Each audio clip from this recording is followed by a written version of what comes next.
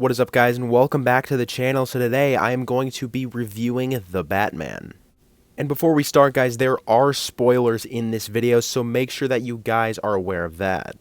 But anyways, let's get right into it. So the opening monologue of Batman, I thought, led into one of the best scenes in the entire movie, where he ends up saying, "I am vengeance," which was just awesome. The first part of it was, just so cool to see Batman beat up those, clown criminals. I don't know if they have any affiliation with the Joker or not. Well, of course, we'll talk about the Joker a little later in this video.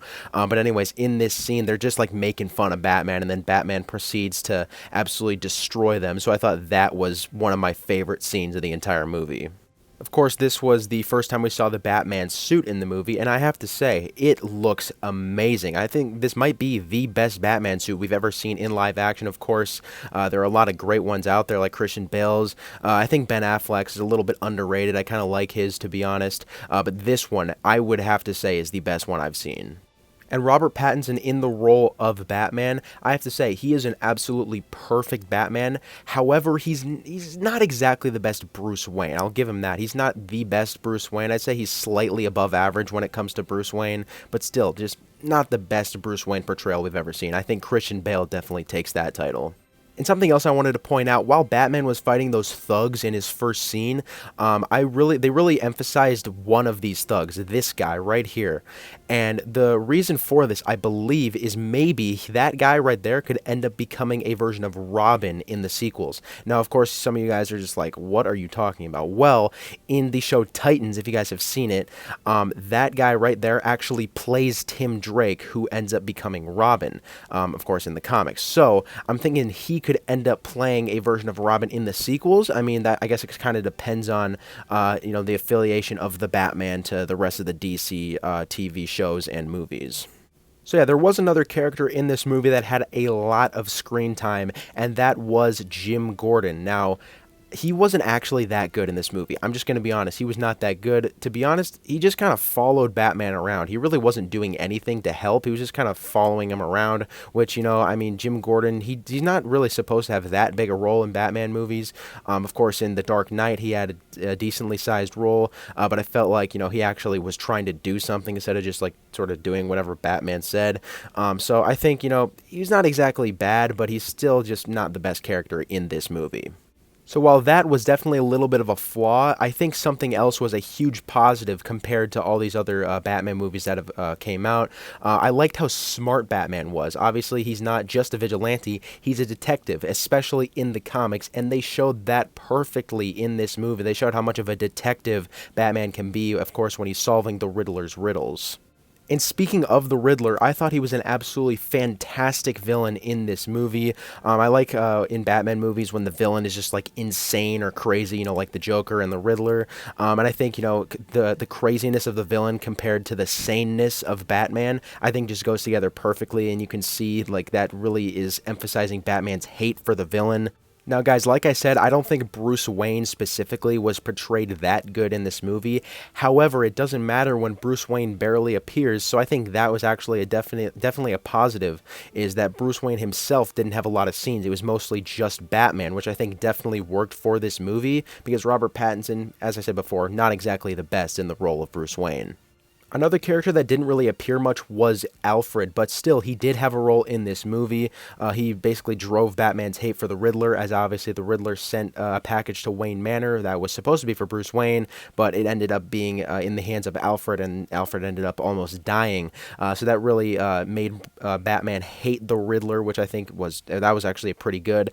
So Alfred in this movie didn't really do much. What I think would have worked a lot better is if they made Jim Gordon's screen time a little less and had Alfred have more screen time. I think that definitely would have worked. That's another reason why I just really like the Batman vs Superman and DCEU version of Alfred, is because he's not just the guy that works for Bruce Wayne. He's the guy in the chair. He's the guy helping Bruce Wayne make all his equipment for Batman. That's why I really like the DCEU version of Alfred. And I think if they made this version of Alfred do that exact same thing, I think that could have definitely worked a lot better in the movie.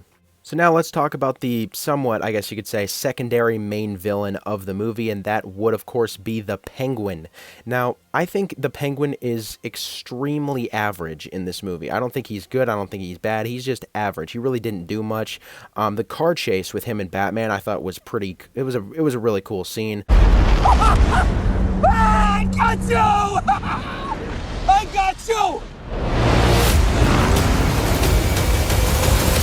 Especially after Penguin crashed, we got a really cool shot of Batman, walking up to his car. So that was a really good scene right there. However, the Penguin he wasn't that good. I'm hoping that if they have him return in the sequels, that he ends up sort of being like that more comic booky villain that I was really hoping we'd see. And another really average character in this movie, I think, was Catwoman. Now, I definitely have to say that she's a little bit better than the Catwoman we saw in The Dark Knight Rises. However, this one, she just had a really confusing storyline, with Valcove and all that other stuff. So I think, if they just, improve some of that, I think that she would have been an all-right character at best. But yeah, I've never really liked Catwoman as a character in the comics or in any of the movies, so I didn't really expect to like her in this movie. And yeah, another flaw that this movie had, in my opinion, was there was a little bit too much talking. So if you missed something, you might have missed a lot. So that's one flaw I feel like I had with it. But overall, I think it definitely still worked out in the end. But yeah, going back to the Riddler, all the riddles that he did in an attempt to get to Batman, I thought was so good. Bringing in, Thomas and Martha Wayne, and of course the Arkhams. I thought that particularly really fit the Riddler and really fit his plan. And I really liked how they did that in this movie. Of course, you have like all the other Riddlers in the past that, nobody really liked. This, I'd have to say, is probably the best Riddler we've ever seen. I thought he was a fantastic villain. And the scene where Batman goes to prison to talk with the Riddler, the acting from both actors in that scene was fantastic. The Batman, you could just see in that scene Batman's motivation for, figuring out what the Riddler's up to stopping the Riddler, and the scare that, the Riddler may have released Batman's identity as Bruce Wayne. That actually shocked me when I watched the movie. I did not expect that to happen at all. I thought it might be somewhat of a Spider-Man thing where at the end of one movie they reveal the hero's identity, and then the next movie they'd have to deal with it. I thought that might happen with the Batman here. And then you see the Riddler's plan come to fruition. You see all these vans exploding around the city, which creates floods during this new mayor inauguration. I think that was a fantastic scene. Then you have all these Riddler thugs, like Riddler henchmen, that are doing this, that are, causing terror. You have Batman fighting all of them. But then when Batman realizes that he's fighting the person who supposedly killed his parents, I think that was just a chilling scene when the guy Batman was fighting said, "I'm vengeance." That was such a chilling scene. I really loved that scene right there. And then we go to this part of the movie where, I don't know if I was seeing things, but I could have sworn that Batman was crying because Catwoman was leaving. Seriously? What are we doing here? This movie was pretty good overall, and you're gonna have Batman cry? I don't know why you do that, to be honest. He's literally Batman. So I didn't think that was very good at all. But yeah, Catwoman leaving, hopefully she doesn't end up showing up for the sequel, because I really don't think she was doing much for this movie. But anyway, something I forgot to mention in the first part of this video was, of course, in the opening monologue where Batman's talking about all these villains thinking that he's hiding in the shadows. Just really showed how much of a threat Batman was to all these characters. I just love it when these villains are thinking, oh yeah, something's out there stopping criminals. So I think that was really good in that first part of the movie. But then anyways, toward the end of the movie, we see the Riddler in prison, and he makes a friend, that of course being the Joker. You knew it was the Joker when he had that hysterical laugh. So I think that's just going to be absolutely amazing in the sequel, which will hopefully have the Riddler and the Joker. I think that would be crazy. Hopefully both of them will, get more comic booky in that next Batman movie. So I'm really looking forward to that.